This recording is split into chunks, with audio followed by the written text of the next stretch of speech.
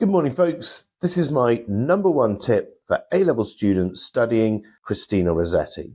So Christina Rossetti is challenging, particularly in meeting AO5, different interpretations. The reason being that particularly in her religious poetry, in many ways it appears as if she is just recounting the orthodox Christian narrative. So how do you come at that with a different interpretation? What I would suggest is that one way of doing so is to suggest a subtle subversion of that religious narrative. And you can see it in a poem like Good Friday. For example, Good Friday, of course, is in a sense her imagining that she's at the foot of the cross while Christ is being crucified and pleading to Christ to catalyze in her a religious epiphany, a spiritual epiphany. So whilst doing that, what she foregrounds is the role of women at the crucifixion, pointing out that by this time, most of Christ's male disciples, of course, had left, with the exception of John. But there was a core who were remaining, which was his mother, Mary Magdalene,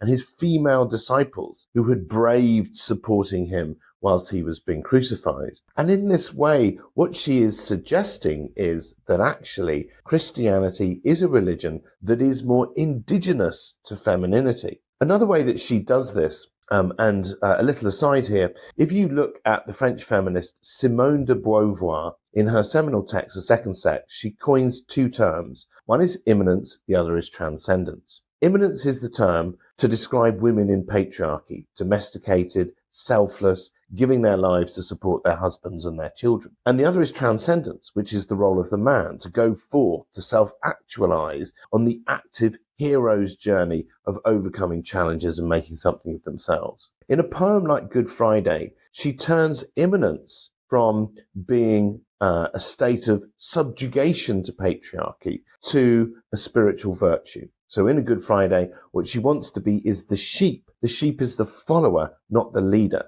The sheep is receptive. The sheep is not going forth under their own steam. And in the same way, at the end of the poem, she says she pleads to Christ to turn and smite her, and depicting herself as a rock. Again, this is receptive. This is exchanging my will, the kind of the egotistical desire to become somebody, with thy will, which involves, in a sense, the death of that egotistical desire. So in this way, then, she is suggesting that feminine receptivity is the necessary spiritual virtue in order to have a spiritual epiphany and to create a connection with the divine. So there we go. That's how to meet AO5 Christina Rossetti.